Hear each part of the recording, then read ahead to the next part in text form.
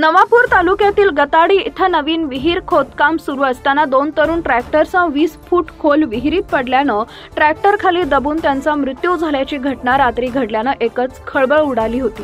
गताडी धरणाजवळ रोजण्या गावित यांच्या शेतात नवीन विहीर खोदण्याचं काम सुरू होतं।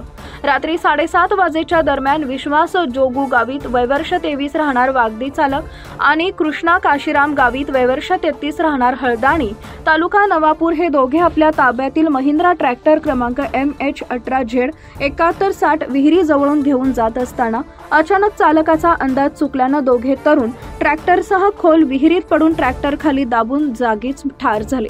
या घटनेची माहिती विसरवाडी पोलिसांना मिळताच रात्री घटनास्थळी पोलिसांनी धाव घेत नागरिकांच्या मदतीने JCBच्या सहाय्याने विहिरीत पडलेले दोघे मयत तरुणांना बाहेर काढून विसरवाडी रुग्णालयात शवविच्छेदन करून नातेवाईकांच्या ताब्यात देण्यात आलेले आहे। विसरवाडी पोलीस ठाण्यात अपघाताची नोंद करण्यात आलेली आहे।